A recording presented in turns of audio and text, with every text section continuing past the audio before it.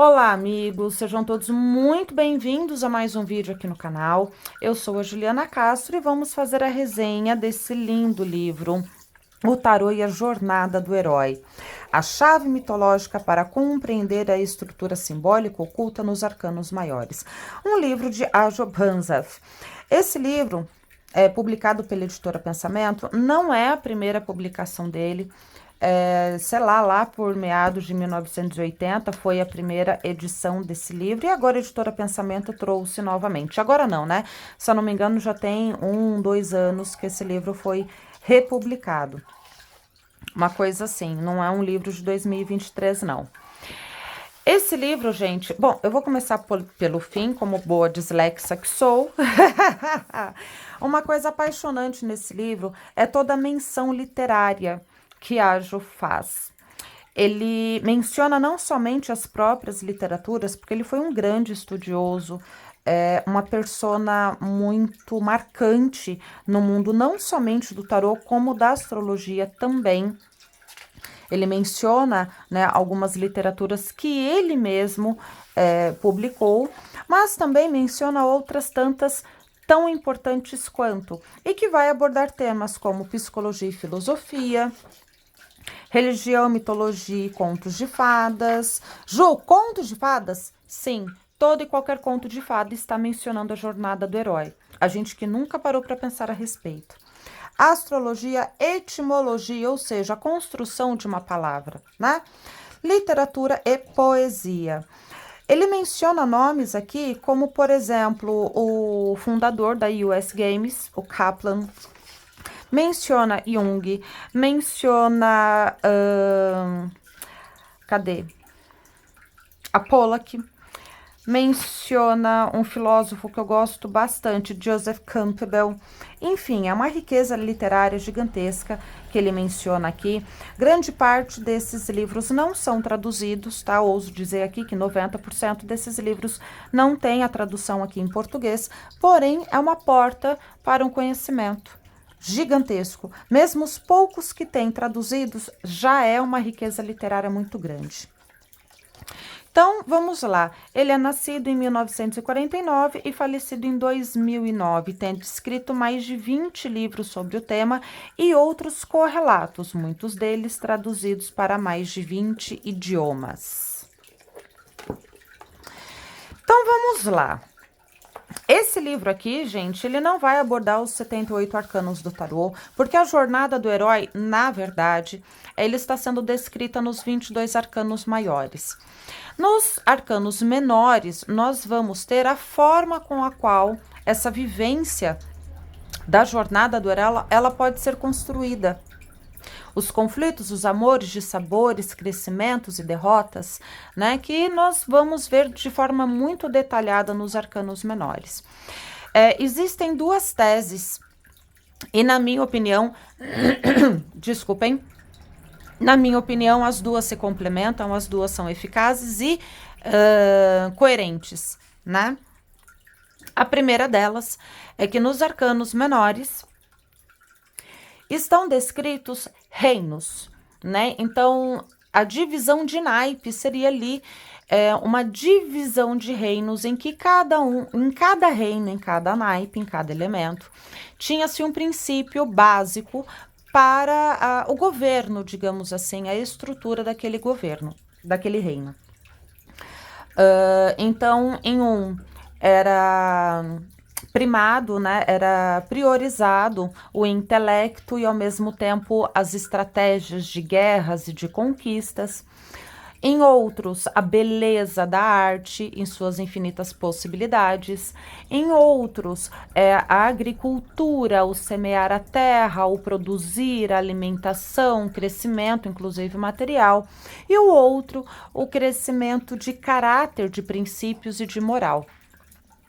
Essa é uma das escolas, digamos assim, uma das premissas, né, que vai estudar, abordar os arcanos menores. A outra, não menos coerente, na minha opinião, as duas se complementam, estão falando então da forma com a qual nós lidamos, o que compõe, na verdade, né, a nossa vida e como lidamos com ela. Ou seja, as nossas emoções, o nosso intelecto, a nossa materialidade, ou seja, corpo, profissão e dinheiro, né, a própria sociedade em si. Vai falar emoção, intelecto e construção moral, né, o que significaria, o que é moral, na verdade, para mim. Então, isso tudo a gente vai olhar nos arcanos menores. Nos arcanos maiores, a gente vai ter a jornada propriamente dita do herói. Aqui, ó, a menção dele. Também quero agradecer Stuart Kaplan, da US Games, pela permissão de reproduzir as cartas do Universal Rage e o tarô de Marsella neste livro. Ele me ajudou bastante ao longo dos anos, assim como ajudou a todos os que analisam as figuras das cartas do tarô. Aqui um índice, prefácio, aqui ele conta um pouquinho do que ele quer entregar, né, neste livro. E aqui vamos lá, origem e estrutura do simbolismo das cartas. Aqui ele explica, né, a composição dos elementos, o que significa cada um dos elementos, o porquê da estruturação de As a 10 e depois separadamente as cartas da corte. Quando, na verdade, que começou-se a ter um conhecimento propriamente dito a respeito, né, dos arcanos. Aqui, uma coisa que é uma das pouquíssimas anotações que eu tenho em livros. E todas as anotações que eu faço a lápis de forma muito sutil. Eu não sei nem se vai ficar visível aí para vocês.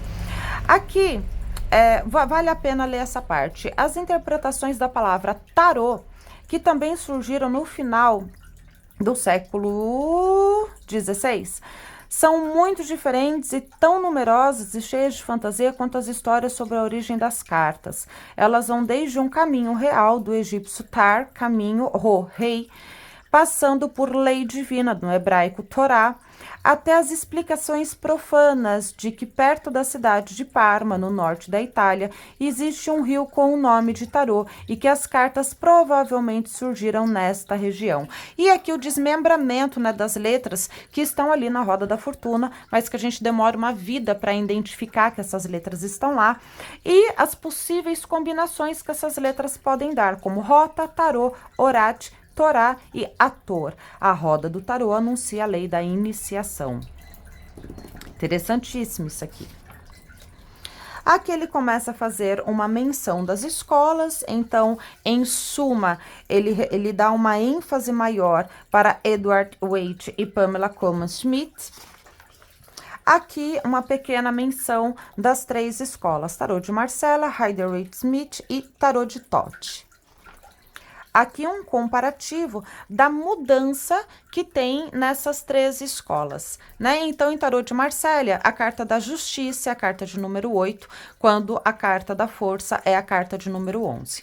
Já no Rider-Waite, a gente vai ter a carta de número 11 sendo a justiça, a carta de número 8 a força, e aqui novamente uma mudança, a compensação e o prazer. Sendo aqui a compensação, a carta de número 8, uma lei hermética. Aqui está falando da compensação. Não vou explicar isso, não vou dar uma aula gigantesca. Mas é uma lei hermética. Se vocês quiserem, eu trago o livro Kai Bailon aqui para fazer uma resenha dele para vocês. E aqui, a carta de número 11 seria o prazer. Aqui, ele fala das formas que ele aconselha a gente utilizar as cartas do tarô. Então, ele menciona aqui que ler as cartas do tarô procurando respostas para perguntas previamente apresentadas é apenas uma das maneiras, e que esse livro vai abordar várias formas, né, de enriquecer a nossa vida. Eu vou dar uma pequena pausa por conta do meu cachorro, já venho. Pronto. Eu acho que era o carteiro, meu cachorro estava latindo. Então, vamos lá. E aqui ele vai dar uma pequena exemplificação a respeito das formas que a gente pode acessar, né, esses arcanos, essas cartas tão ricas. Aqui ele vai falar da jornada do herói. E a jornada do herói, gente, aqui ele explica, né, o que significa a jornada do herói. Desde tempos primórdios, ele vai utilizar referências, mitologias, e ele vai colocar uma riqueza muito grande literária aqui. Então, aqui a visão babilônica do mundo, visão bizantina do mundo, a visão bizantina do mundo, montanha do mundo com as colunas que sustentam o céu. Aqui, gente, é uma riqueza tão grande, mas tão grande. Para muitos pode parecer uma besteira, mas é uma viagem no tempo que vai fazendo com que a gente entenda o contexto de evolução humana através dos tempos, e a gente percebe que as histórias se complementam, inclusive se repetem. Aqui, né, a roda da mandala astrológica, né? Cada um vai dar um nome para essa disposição de cartas aqui, mas que está falando, né, da nossa jornada em todos os aspectos de nossas vidas. E aqui ele começa a contar, explicar, explanar os arcanos maiores, mas através de contos. Por que através de contos? Todos os contos de fadas que a gente conhece estão falando a respeito da jornada do herói. O que é a jornada do herói?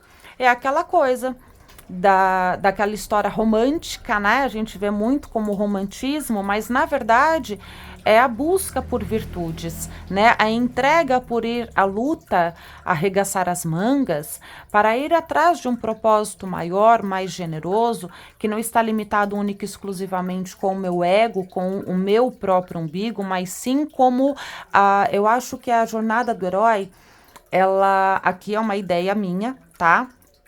Que é uma forma de viver e equilibrar os três principais contextos de amar, né? Então, o contexto de Platão, Aristóteles e Jesus Cristo, que são conceitos completamente distintos entre eles, porém que os três se complementam, os três, na minha visão, são uma grande verdade. E o que seria isso? O príncipe, que não tem força nenhuma, não tem arma nenhuma, ele sempre vai em busca, né, de salvar um reino ou uma princesa, né, tem um propósito maior. De início, ele não tem armas para conseguir alcançar, né, aquilo que deseja, porém, no decorrer do caminho, o próprio universo vai trazendo armas encantadas, seres mágicos, conselhos, conselheiros, fazendo com que no final dessa jornada, que não tenha sido não necessariamente tenha sido fácil, mas que ele consiga, né, alcançar o seu tal final feliz. Essa é a jornada do herói. Todo e qualquer desenho infantil, principalmente os antigos, estão retratando uma parte, uma forma, pelo menos, uma ótica da jornada do herói. O que eu achei interessantíssimo aqui é que ele aborda esta forma de olhar para os arcanos de forma bem profunda, inclusive citando polaridades, citando leis herméticas que também compõem, né, a estrutura do tarô. Então, aqui, por exemplo, masculino e feminino, ativo, passivo, direita, esquerda, em cima, embaixo, dia, sol, dia, noite, sol e lua, maré alta, maré baixa, a dualidade do contraste que compõe o nosso ser e nosso caminho. Aqui, gente, ele foi minucioso em alguns pontos desse livro.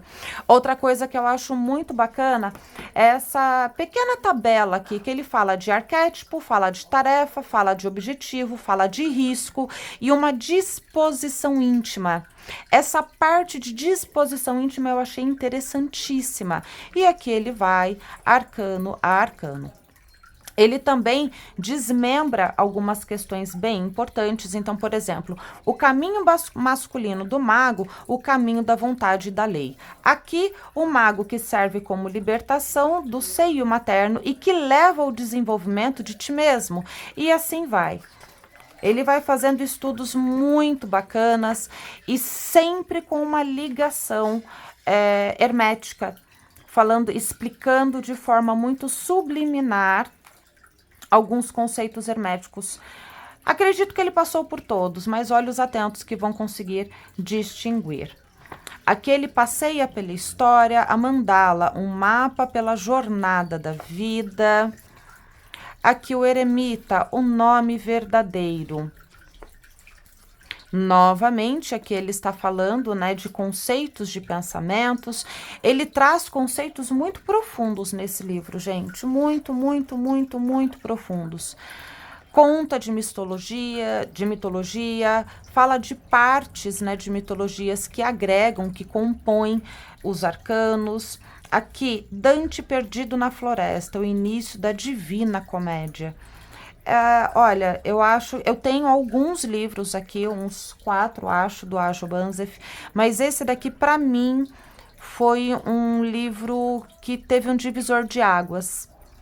Eu tinha a versão capenga dele, é muito difícil de ler, inclusive. Eu vou mostrar aqui para vocês.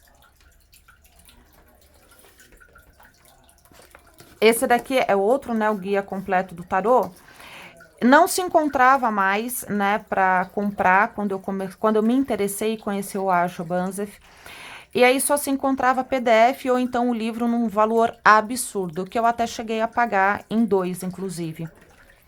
Mas esse daqui eu optei por imprimir, foi a pior coisa que eu fiz. Olha o tamanho das letras, eram muito diminutas, num papel que não ajudava na leitura. E ter isso novamente, a editora Pensamento trazendo isso novamente num livro maior, com letras mais confortáveis, foi magnífico. É uma riqueza literária e eu falo que esse daqui foi o livro que me abriu curiosidade para ler os outros, tá? Aqui, ó, uma última menção. Teseu vence Minotauro no labirinto de Creta, mas ele só encontra o caminho de volta porque estava ligado a Ariadne por um fio. E aqui ele está retratando partes de mitologias que a gente vai conseguir enxergar na carta da estrela e na carta da lua. Gente, vocês querem saber se eu recomendo esse livro? Eu super recomendo. É um livro acessível, não é um livro, enfim, que vale o rim. Vou deixar aí na descrição do vídeo o link por onde eu adquiri o meu, que foi na Amazon, mas façam aí as suas pesquisas. Eu gosto da Amazon porque ela entrega rápido, né? E geralmente a gente pode acompanhar algumas promoções bem boas. E aqui eu não tô fazendo comercial da Amazon, não. Eu tô falando como cliente que compra, tá? Como uma cliente que compra e gosta de respeitar o próprio dinheiro. Então, é por isso que eu indico os lugares que compro para vocês. Esse é uma breve resenha desse livro, breve mesmo, porque o conteúdo, apesar de ser um livro fino, né, razoavelmente fino, é um livro aí de 280 páginas, mas é um livro que tem um material de estudo aí para longa data. Eu acho que cada vez que a gente pegar esse livro para ler, um novo detalhe, uma nova percepção será aprendida por nós. Tá certo? Coloque aí nos comentários se você já tem esse livro, se você já leu, se gostou desse vídeo, deixa o seu like e se é novo por aqui, se inscreva no canal. Um grande beijo no coração de vocês e até a próxima!